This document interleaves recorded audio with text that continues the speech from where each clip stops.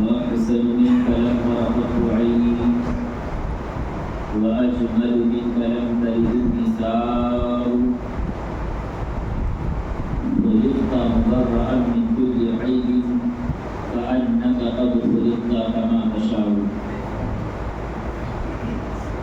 یا رسول اللہ تیرے عشق کی بدولت مجھے زندگی ملی ہے یا رسول اللہ تیرے عشق کی بدولت ہم سب کو زندگی ملی ہے ہم سب کی بات بن گئی ہے تیری بات کرتے کرتے میں جو زندگانی باقی یہ ارادہ کر لیا ہے تیرے منکروں سے آقا میں مروں گا لڑتے لڑتے مولا تقریب کے متوالوں شمعِ رسالت کے پروانوں اولیاء امت کے جانثاروں غوث و خواجہ کے چاہنے اور ماننے والوں پیارے آقا صلی اللہ تعالی علیہ وسلم کے سچے عاشقوں اور شیدائیوں سب سے پہلے بارگاہ رسالت مآب صلی اللہ علیہ وسلم حلیتاً تحفتاً غلامتاً محبتاً درود پاک کا نذرانہ پیش فرمائیں اور پڑھیں بابا سے بلند اللهم صل على سيدنا شفيعنا نبينا مولانا محمد المبارك وسلم الصلاة والسلام عليك يا رسول الله صلى الله عليه وسلم وآلہ وبارک وسلم سلاما وسلاما علیک سیدی یا رسول اللہ یا حبیب اللہ یا نبی اللہ صلی اللہ تعالی علیہ وسلم عزیزان محترم آج کا موضوع نور مصطفیٰ صلی اللہ تعالی علیہ وسلم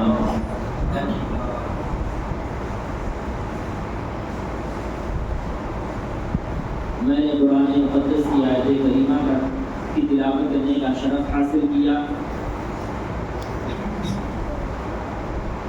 اس سے پہلے کہ میں اپنے موضوع پر آؤں عاشق مصطفیٰ سیدی سرکار اعلیٰ حضرت علیہ رضوان کے کچھ اشعار سے اپنی گفتگو کا آغاز کرتا ہوں اعلیٰ حضرت فرماتے ہیں صبح طیبہ میں ہوئی پڑتا ہے باڑا نور کا سبحان اللہ صبح طیبہ میں ہوئی پڑتا ہے باڑا نور کا صدقہ لینے نور کا آیا ہے تارا نور کا صدقہ لینے نور کا آیا ہے تارا نور کا باغ طیبہ میں سبحانہ پھول پھولا نور کا باغ طیبہ میں سبحانہ پھول پھولا نور کا باغ طیبہ میں سبحانہ پھول پھولا نور کا مست بو ہے بلبلیں پڑھتی ہیں کلمہ نور کا مست بو ہے بلبلیں پڑھتی ہیں کلمہ نور کا تیری نسل پاک میں ہے بچہ بچہ نور کا تیری نسل پاک میں ہے بچہ بچہ نور کا تو ہے عین نور تیرا سب گھرانہ نور کا نور تیرا سب گھرانہ نور کا اور میں گدا تو بادشاہ ہم سب گدا تو بادشاہ گھر دے پیالہ نور کا نور دن دونا تیرا دے ڈال صدقہ نور کا تیرا دے ڈال صدقہ نور کا عزیزان محترم میں نے قرآن مقدسہ کی آیت کریمہ کی تلاوت کرنے کا شرف حاصل کیا اللہ کریم ارشاد فرماتا ہے یا ایھا الناس قد جاءکم برہان من ربکم اللہ نے ارشاد فرمایا کہ بے شک تمہارے پاس آ گیا اللہ تبارک و تعالیٰ کی جانب سے ایک نور اللہ تبارک و تعالیٰ کی جانب سے تمہارے پاس ایک نور آ گیا اللہ تبارک و تعالیٰ نے ارشاد فرمایا قد جاءکم من اللہ نور و کتاب مبین بے شک اللہ تبارک و تعالیٰ کی جانب سے تمہارے پاس ایک نور اور روشن کتاب ہے عزیزان محترم اس آیہ نور کے متعلق بہت سارے مفسرین کرام نے اپنی تفاسیر کی کتب میں اپنی تفاسیر میں نور سے مراد حضور صلی اللہ تعالی علیہ وسلم کی ذات کو بتایا صحابی رسول سیدنا عبداللہ بن عباس رضی اللہ تعالی عنہما تفسیر عباس میں فرماتے ہیں، لکھتے ہیں قد جاءکم من اللہ نور، یعنی نور محمد صلی اللہ تعالی علیہ وسلم۔ فرماتے ہیں کہ بے شک تمہارے پاس اللہ تبارک و تعالی کی جانب سے ایک نور آ گیا، یعنی نور محمد صلی اللہ تعالی علیہ وسلم۔ حضرت امام جلال الدین سیوطی علیہ رحمۃ و رضوان اس آیت کی تفاسیر میں بیان فرماتے ہیں قد جاءکم من اللہ نور هو نور النبی صلی اللہ علیہ وسلم، بے شک تمہارے پاس اللہ تبارک و تعالیٰ کی جانب سے ایک نور آیا، اور وہ نور نور نبی صلی اللہ علیہ وسلم، یعنی وہ نور کون ہے؟ نبی کریم صلی اللہ تعالیٰ علیہ وسلم۔ ایسے ہی نہ جانے کتنی تفاسیر کے کتب میں مفسرین کرام نے اس آیت کریمہ میں جو نور لفظ آیا ہے، نور کا ذکر آیا ہے، اس سے مراد حضور صلی اللہ تعالیٰ علیہ وسلم کی ذات کو لگایا۔ قرآن مقدس میں اللہ تبارک و تعالیٰ نے اور طہارت و تقویٰ، ولادت و روحانیت کے ساتھ جو بڑے علماء کرام گزرے ہیں، محدثین عظام گزرے ہیں، مفسرین کرام گزرے ہیں، انہوں نے اپنی اقوال اور بیانات سے صاف ظاہر کر دیا کہ نور سے مراد محمد رسول اللہ صلی اللہ علیہ وسلم۔ عزیزان محترم، میں آپ کو بتاؤں، حضرت جابر رضی اللہ تعالیٰ عنہ بارگاہ مصطفیٰ میں حاضر ہوتے ہیں اور عرض کرتے ہیں، یا رسول اللہ علیہ السلام، فداک ابی و امی، میرے ماں باپ آپ پر قربان، فداک ابی و امی، میرے ماں باپ آپ پر قربان، آپ مجھے خبر دیجئے، آپ مجھے بتائیے کہ سب سے پہلے اللہ تبارک و تعالیٰ نے تمام چیزوں سے پہلے کس چیز کو پیدا فرمایا؟ حضرت جابر کہتے ہیں، یا رسول اللہ علیہ السلام، مجھے آپ خبر دیجئے، بتائیے کہ اللہ تبارک و تعالیٰ نے تمام چیزوں سے پہلے کس چیز کو پیدا فرمایا؟ اللہ کے نبی صلی اللہ تعالیٰ علیہ وسلم نے جواب دیا، فرمایا، اے جابر، اللہ تبارک و تعالیٰ نے سب سے پہلے اول ما خلق اللہ نوری، تیرے نبی کے نور کو اپنے نور سے پیدا فرمایا۔ اس سے پہلے زمین سے پہلے نبی کے نور کو پیدا فرمایا، آسمان پیدا کرنے سے پہلے نبی کے نور کو پیدا فرمایا، چاند سے پہلے نبی کے نور کو پیدا فرمایا، سورج سے پہلے نبی کے نور کو پیدا فرمایا، خشک و تر سے پہلے نبی کے نور کو پیدا فرمایا، سمندر سے پہلے نبی کے نور کو پیدا فرمایا، شجر و حجر سے پہلے نبی کے نور کو پیدا فرمایا۔ المختصر یہ کہ ساری کائنات سے پہلے اللہ تبارک و تعالیٰ نے نبی کے نور کو پیدا فرمایا۔ اے پروردگار، زمین سے پہلے نبی کے نور کو کیوں پیدا فرمایا؟ آسمان سے پہلے نبی کے نور کو کیوں پیدا فرمایا؟ چاند سے پہلے نبی کے نور کو کیوں پیدا فرمایا؟ وجہ کیا ہے؟ ریزن کیا ہے؟ سورج سے پہلے نبی کے نور کو کیوں پیدا فرمایا؟ خشک و تر سے پہلے شجر و حجر سے پہلے نبی کے نور کو کیوں پیدا فرمایا؟ ساری کائنات سے پہلے نبی کے نور کو کیوں پیدا فرمایا؟ اگر پیدا ہی کرنا تھا تو زمین کو بنا دیتا، پھر نبی کے نور کو پیدا فرماتا، آسمان کو پیدا کر دیتا، پھر نبی کے نور کو پیدا فرماتا، چاند کو پیدا کر دیتا، پھر نبی کے نور کو پیدا فرماتا، سورج کو پیدا کر دیتا، پھر نبی کے نور کو پیدا فرماتا، خشک و تر کو پیدا کر دیتا، پھر نبی کے نور کو پیدا فرماتا، شجر و حجر کو پیدا کر دیتا، پھر نبی کے نور کو پیدا فرماتا۔ المختصر یہ کہ کائنات کو بنا دیتا، پھر نبی کے نور کو پیدا فرماتا، لیکن سب سے پہلے نبی کے نور کو کیوں پیدا فرمایا؟ آئیے اس کا جواب دیتے ہیں۔ مثال کے طور پر سمجھاتے ہیں، یہ ذاکر بھائی ہمارے بیٹھے ہیں، انہی کو لے لیجیے، مثال کے طور پر میں بتا رہا ہوں کہ ذاکر بھائی حج کرنے کے لیے جا رہے ہیں، اللہ تبارک و تعالی ہم سب کو حج کی سعادت نصیب فرمائے، جتنے یہاں حاضر ہیں اور جو نہیں آئے ہیں، اللہ تبارک و تعالی سب کو مدینہ طیبہ کی زیارت نصیب فرما دے۔ سارے عاشقان رسول کی یہ خواہش ہوتی ہے کہ ہم مدینہ منورہ جائیں، وہاں کی بہاریں دیکھیں، وہاں کی گلیوں کو دیکھیں جن گلیوں میں میرے مصطفیٰ چلا کرتے تھے۔ یہ سارے عاشقان رسول کی خواہش ہوتی ہے، دعا کرتے ہیں، یا الہی دکھاتے وہ مدینہ کیسی بستی ہے جہاں پر رات دن مولا تیری رحمت برستی ہے۔ ذاکر بھائی ہیں، حج کی تیاری کر رہے ہیں، حج کے لیے جا رہے ہیں، دروازے پر ان کے بھیڑ لگ گئی، لوگ آ رہے ہیں، مبارکبادیاں پیش کر رہے ہیں، لوگوں نے دیکھا کہ یہ بھیڑ کیسی ہے، لوگ کیوں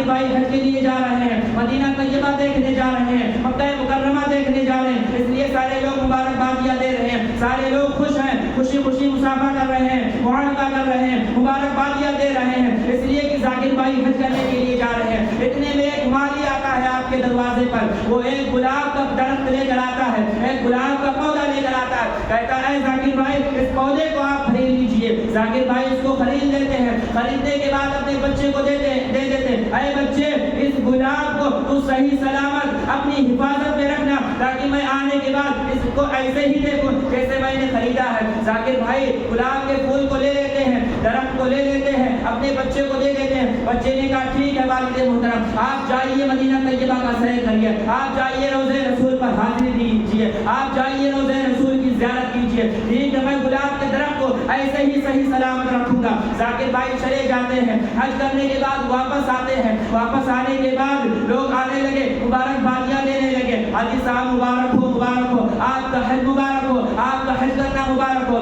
ذاکر بھائی مہمانوں کی مہمان نوازی کر رہے ہیں, کسی کو کھجوریں کھلا رہے ہیں, کسی کو آب زمزم شریف پلا رہے ہیں. اتنے میں یاد آیا کہ میں نے ایک گلاب کا درخت لیا تھا. اپنے بچے سے پوچھتے ہیں اے بچے وہ گلاب کا درخت کہاں ہے؟ بچہ جواب دیتا ہے والد محترم وہ گلاب کا درخت باغ میں لگا ہوا, چلیے چل کر دیکھ لیجیے, باغ میں لگا ہوا ہے, چلیے چل کر دیکھ لیجیے. مثال کے ذریعے آپ کو سمجھانا چاہتا ہوں. ذاکر بھائی باغ میں پہنچے, دیکھا کہ گلاب کھلا ہوا ہے, گلاب کھلا ہوا ہے. ان کے زبان سے اچانک یہ آواز نکل آئی, ہائے میرا گلاب. جیسے انہوں نے کہا ہائے میرا گلاب, زمین نے دامن پکڑ لیا, زمین نے دامن پکڑ لیا. کہا ذاکر بھائی یہ گلاب تنہا آپ کا نہیں ہے, میرا بھی ہے. ذاکر بھائی نے کہا یہ کیسے, یہ کیسے؟